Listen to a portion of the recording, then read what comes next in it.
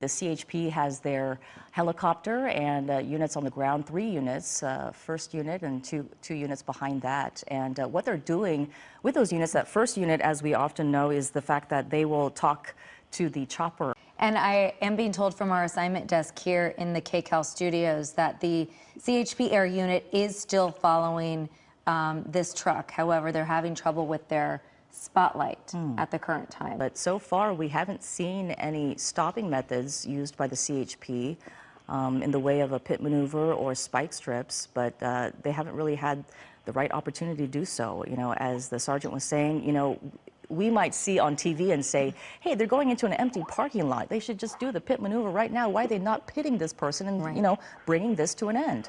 But, you know, as we know, the CHP, you know, it's a methodical process. They know what they're doing. And, you know, they're a little bit more of an aggressive agency than the police department. And then the chase was taken over by the California Highway Patrol. 3 units have been following this truck for most of the hour, along with the CHP airship. It appears that those ground units have backed off and are giving this truck a little bit of space. Yeah, it's true. You know, the CHP, you know, again, you know, they don't relinquish pursuits. You know, when they take over, they want to follow it all the way through, as the sergeant was mentioning earlier, too. You know, again, they will stay on it, just switch areas or, you know, like, you know, different areas. And we're still with retired Police Sergeant Patrick O'Malley.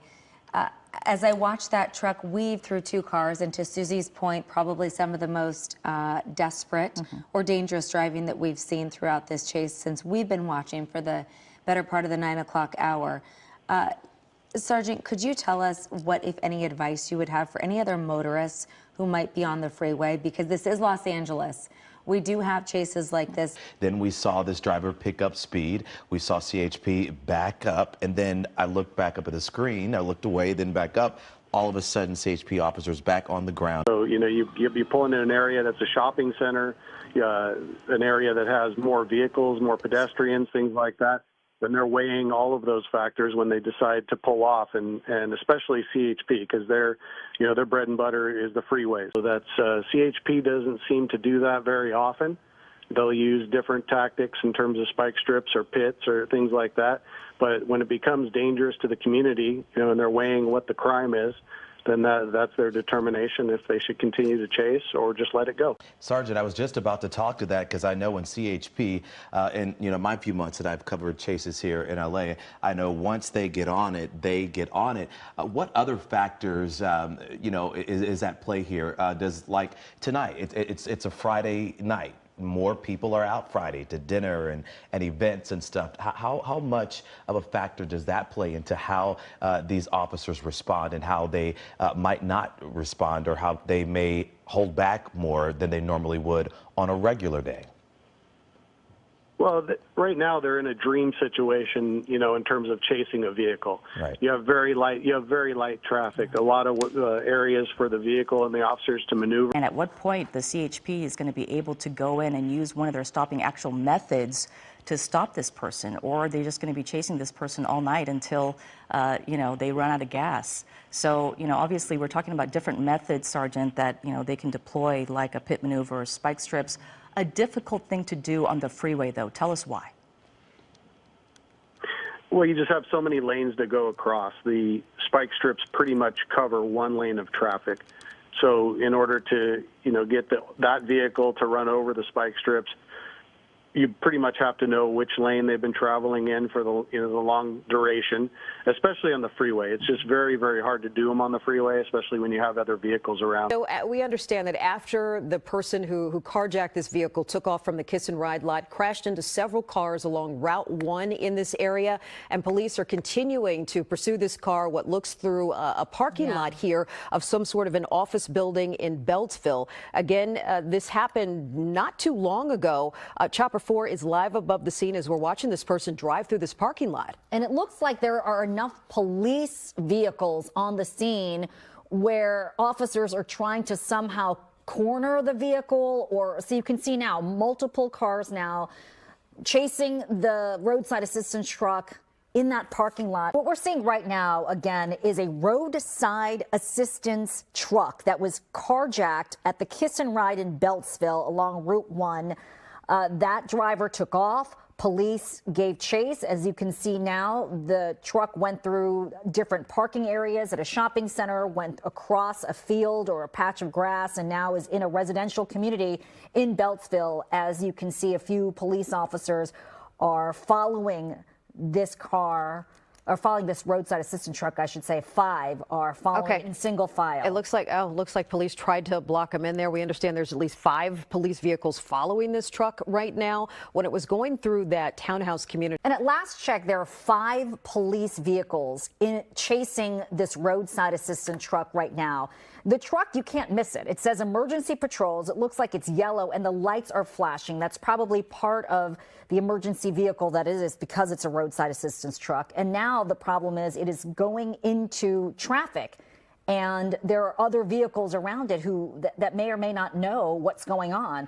Okay, see, right now that truck is stuck behind some cars and police are pulling up beside it. But we can't tell you there are a number of different police vehicles following this vehicle. State police. This is Maryland State Police following this truck right now. And that's probably because this happened along I-95 at the Kiss and Ride in Beltsville, where this roadside assistance truck pulled over to help someone and then was carjacked. After police were chasing that roadside assistance truck, it crashed into 3 other vehicles and then kept on going, now in Beltsville, Maryland. I believe you can see more state police vehicles are continuing to follow this truck. This is Cherry Hill Road, for those of you who are familiar with this area. We've seen this truck drive all over Beltsville. This began at the Kiss and Ride lot along I-95 in the Beltsville area. We're told that is where this initially began. A man either called for this assistance truck, carjacked the driver, took off in the vehicle, ended up on Route 1, crashing into 3 cars.